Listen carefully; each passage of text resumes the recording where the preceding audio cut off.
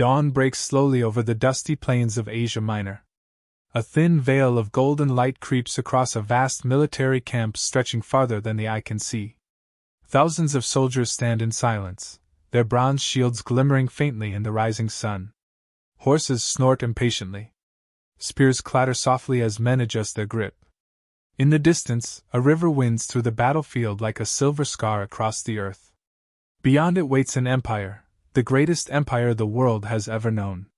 At the front of the army sits a young king on horseback. He is only 22 years old. His armor is polished but simple, his posture calm yet unmistakably commanding. His soldiers watch him with a mixture of awe and absolute loyalty. For many of them, he is more than a king. He is destiny itself. His name is Alexander of Macedon. History would remember him as Alexander the Great. Across the river, tens of thousands of Persian soldiers prepare for war. They serve the Persian Empire, a superpower that has dominated the known world for more than 2 centuries.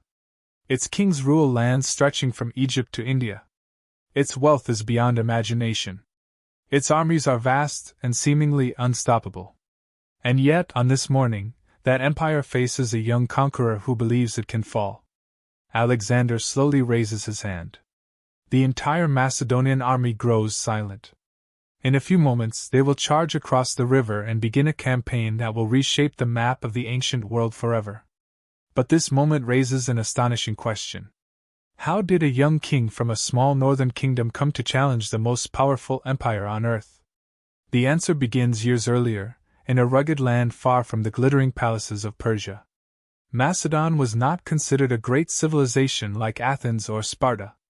Many Greeks even viewed the Macedonians as rough, half-barbaric warriors from the mountains. Yet within this unlikely kingdom, a revolution was quietly taking place. Alexander's father, King Philip II, had transformed Macedon into a military machine unlike anything the ancient world had seen. Through innovation, discipline, and relentless ambition, he created an army that could defeat even the legendary Greek city-states. But Philip's greatest achievement was not his army. It was his son.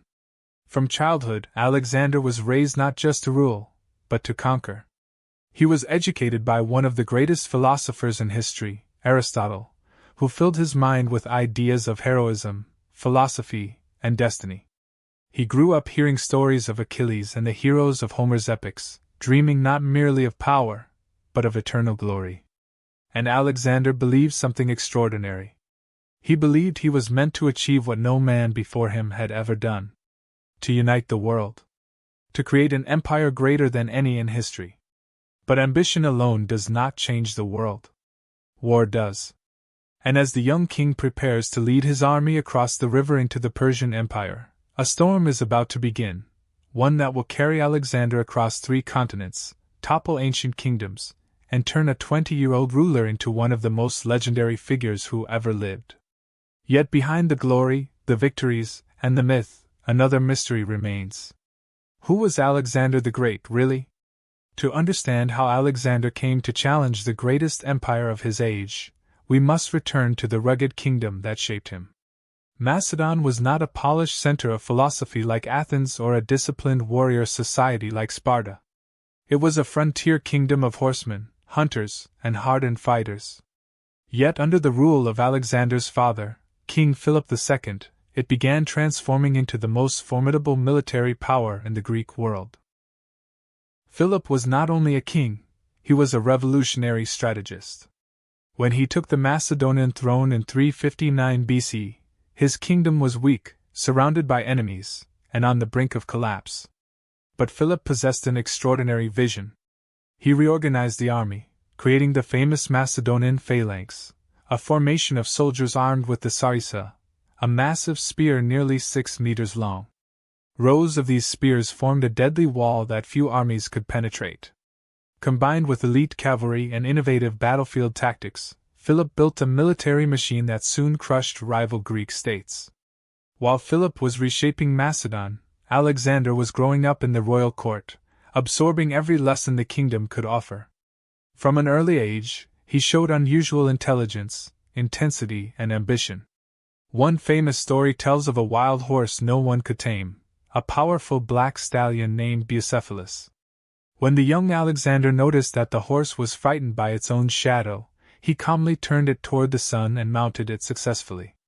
His father reportedly watched in amazement and declared, "My son, you must find a kingdom equal to your ambitions. Macedon is too small for you." Philip ensured that his son received the finest education in the ancient world. At the age of 13, Alexander was placed under the guidance of Aristotle, one of the greatest thinkers in history. For several years, the young prince studied philosophy, science, medicine, politics, and literature. Aristotle also introduced him to the epic poems of Homer, especially the story of Achilles, the legendary warrior who chose glory over a long life. Alexander would carry a copy of the Iliad with him on future campaigns, seeing himself as a new Achilles destined for greatness. But life in Macedon was not only about ideas. It was also about power and danger. The royal court was filled with political intrigue, rivalries, and shifting alliances. Alexander grew up watching how fragile kingship could be. Even his relationship with his father was complicated, a mixture of admiration, competition, and tension. Philip's expanding empire brought wealth and prestige, but it also created enemies both inside and outside the kingdom. Then, in 336 BC, everything changed overnight. During a grand celebration in the Macedonian capital, King Philip II was suddenly assassinated by one of his own bodyguards. The powerful king who had united Greece under Macedonian rule was gone in an instant. The court erupted into chaos. Rival factions began plotting. Some Greek cities immediately prepared to revolt, believing Macedon would collapse without Philip's leadership. In the middle of this political storm stood a 20-year-old prince, Alexander. He moved quickly and decisively. Within days he secured the throne, eliminated potential rivals, and reasserted control over the kingdom. But holding Macedon was only the first challenge. Across Greece, rebellions were beginning to ignite. Powerful cities like Thebes believed the young king would be weak. They were about to make a fatal mistake. Because Alexander was not merely inheriting his father's empire. He was preparing to surpass it. In the summer of 334 BC, Alexander stood on the edge of the Persian world. Behind him lay the lands of Greece and Macedon, newly unified under his rule. Before him stretched the vast Persian Empire, a colossal realm ruled by King Darius III, whose territories spanned thousands of miles and whose resources dwarfed those of the young Macedonian kingdom. Most observers believed Alexander's invasion was reckless, even suicidal. Persia possessed enormous armies, immense wealth, and centuries of imperial dominance. Yet Alexander saw something different. He saw opportunity. The first test of this bold campaign came at the Battle of the Granicus River. The Persian forces had gathered on the opposite bank, confident that the river itself would protect them. Their cavalry lined the shore in glittering armor, while Greek mercenaries, some of the most experienced soldiers in the ancient world, stood ready behind them. It was a strong defensive position. Any army attempting to cross the river would face chaos, exhaustion, and immediate attack. Many of Alexander's generals urged caution. They recommended waiting until morning or searching for a safer crossing. But Alexander understood something vital about war: hesitation could destroy momentum. If his army showed fear now, the campaign might collapse before it truly began. So he made a decision that stunned even his own commanders. He would attack immediately. Alexander rode to the front of the Macedonian cavalry, the elite companion cavalry, the most powerful strike force in his army. His armor flashed in the sunlight as he lifted his spear and pointed across the river toward the Persian lines. Without waiting for further debate, he spurred his horse forward and charged directly into the water. The river current surged against the horses as Macedonian cavalry followed their king. Arrows began raining down from the Persian side. Spears clashed. The river banks erupted into violent combat as Alexander and his riders struggled to climb the muddy slope under heavy attack. At one moment, the battle nearly ended in disaster. Several Persian nobles recognized Alexander by his distinctive armor and helmet. They surrounded him, determined to kill the young king and end the war instantly. One Persian warrior raised his sword and struck Alexander's helmet with tremendous force, splitting it open. Another prepared a fatal blow. Then, in a split second that would become legendary, one of Alexander's closest companions, Clytus the Black, charged in and cut down the attacker, saving the king's life. With their king still alive and fighting fiercely at the front, the Macedonian army surged forward. The disciplined phalanx crossed the river behind the cavalry, pushing the Persian forces back step by step. What had begun as a risky assault quickly turned into a decisive breakthrough. The Persian cavalry finally broke. Their lines collapsed, and panic spread across the battlefield. Alexander's forces pursued relentlessly. By the end of the battle, Persian control over Asia Minor had been shattered. The victory at Granicus was more than a battlefield triumph. It was a signal to the world. A young king had just defeated the armies of the Persian Empire in open battle, and he had done it by leading the charge himself. But the campaign was only beginning. Ahead of Alexander lay even greater battles, legendary sieges, and confrontations with the full might of the Persian Empire itself.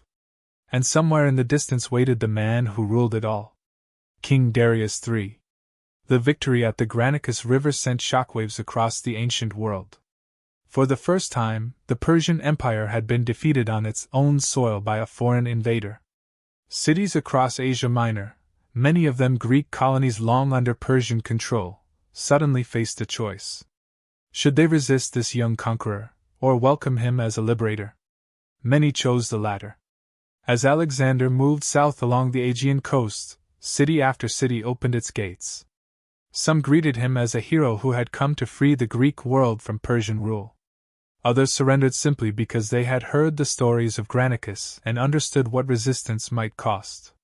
With each new city that fell into his hands, Alexander gained ships, money, and supplies, the lifeblood of his expanding campaign. But the Persian Empire was far from defeated. King Darius III, ruler of the largest empire on earth, could not ignore this rising threat. News of the Granicus defeat reached the royal court deep inside Persia, and the response was swift. Darius began assembling one of the greatest armies the ancient world had ever seen. Soldiers were summoned from every corner of the empire, cavalry from the Persian heartland, archers from Mesopotamia, warriors from distant provinces stretching towards Central Asia. The stage was being set for a confrontation between two vastly different leaders. Darius was the ruler of a vast imperial system, accustomed to commanding enormous armies and ruling through tradition and hierarchy. Alexander, by contrast, was a warrior king who fought beside his soldiers, sharing their risks and victories. His men did not merely obey him, they believed in him.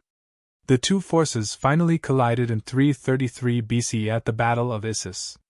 The battlefield was narrow, squeezed between mountains and the sea, which prevented the Persian army from fully using its numerical advantage. What followed was a chaotic and brutal struggle. Macedonian phalanxes pushed forward relentlessly while Persian cavalry attempted to break their lines. In the middle of the battle, Alexander saw his moment. Spotting Darius himself in the distance, surrounded by royal guards, Alexander led a direct cavalry charge toward the Persian king.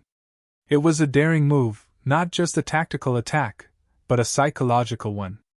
If Darius fell, the entire Persian army could collapse. As the Macedonian cavalry smashed through the Persian center, panic began spreading through the royal ranks. Darius, seeing the enemy closing in, made a fateful decision. He fled. Once the Persian king abandoned the battlefield, the outcome was inevitable. The enormous Persian army dissolved into chaos. What could have been a long, grinding war suddenly became a cascading series of Macedonian victories. Even more astonishing was what Alexander captured after the battle. In the abandoned Persian camp, Macedonian soldiers discovered something extraordinary: the royal family of Darius himself. His mother, wife, and children had been left behind during the king's hurried escape. The moment presented Alexander with a choice.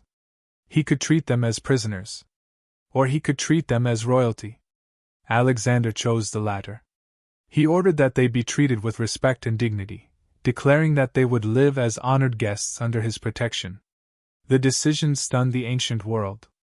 It revealed something important about Alexander's ambitions. He was not just conquering Persia. He was beginning to imagine ruling it. Victory after victory followed. After Issus, Alexander continued deeper into the Persian world, his army moving like an unstoppable storm across the map of the ancient world. He captured the great coastal cities of the eastern Mediterranean, including the legendary island fortress of Tyre, whose walls had stood unconquered for centuries. When Tyre refused to surrender, Alexander ordered the construction of an enormous causeway across the sea itself, turning the island into a battlefield. After 7 brutal months, the city finally fell, a demonstration of the young king's relentless determination. From there, Alexander marched south into Egypt, where he was welcomed not as an invader but as a liberator from Persian rule.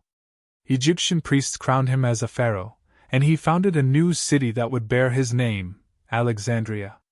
Built along the Mediterranean coast, it would later become one of the greatest centers of learning and culture in the ancient world. But the true heart of the Persian Empire still lay ahead. In 331 BC, Alexander met Darius one final time at the Battle of Gaugamela. This was the ultimate test, a vast open battlefield where the Persian army could finally deploy its full strength. Darius assembled hundreds of thousands of soldiers, war chariots, and elite guards, hoping to crush the Macedonian invasion once and for all. Yet once again, Alexander's brilliance on the battlefield changed the course of history. Using precise formations and daring cavalry maneuvers, he opened a gap in the Persian lines and launched a direct attack toward Darius himself. The sight of the Macedonian king charging straight for the royal chariot shattered Persian morale. For the second time, Darius fled the battlefield, and with his flight, the Persian Empire effectively collapsed. Within a few years, Alexander controlled a realm stretching from Greece to Egypt, from Mesopotamia to the mountains of Central Asia. It was the largest empire the world had ever seen under a single ruler. And yet Alexander was not satisfied. Driven by an endless desire for glory and discovery, he pushed his army even farther east into lands the Greeks had barely imagined, into modern Afghanistan, and eventually toward India. His soldiers marched thousands of miles across deserts, mountains, and unknown territories, following a king who seemed convinced that the limits of the world had not yet been reached. But even the greatest conqueror cannot escape the limits of time.